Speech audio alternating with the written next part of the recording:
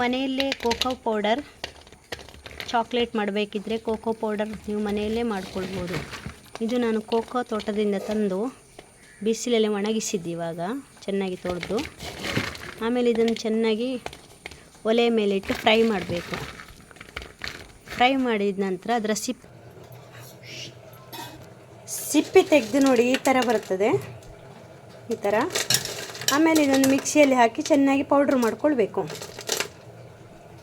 Powder ಮಾಡಿದ ನಂತರ mixie ಜಾರ್ನಿಂದ ತೆಗೆದು ಈ ಥರ ಚೆನ್ನಾಗಿ ಜರಡಿ ಆಡಬೇಕು.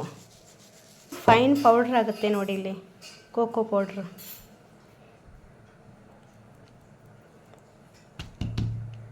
ಮತ್ತು ಸ್ಟೋರ್ ಮಾಡಿ ನೀವು ವಿನ್ನರ್ ಮಾಡ್ಬೋದು. ಇದರಿಂದ ಹಾಲಿಗೆ ಹಾಕಿ ಕುಡಿಬೋದು. ಮುಖಕ್ಕೆ ಫೇಶಿಯಲ್ ಬಿ ಬೇಕಿದ್ರೂ ಮಾಡ್ಬೋದು. ಸ್ವಲ್ಪ ರೋಸ್ ವಾಟ್ರಲ್ಲಿ ಇದನ್ನು ಹಾಕಿ ಮುಖಕ್ಕೆ ಹಚ್ಕೊಳ್ಬೋದು. ಚಾಕ್ಲೇಟ್ ಮಾಡ್ಬೋದು.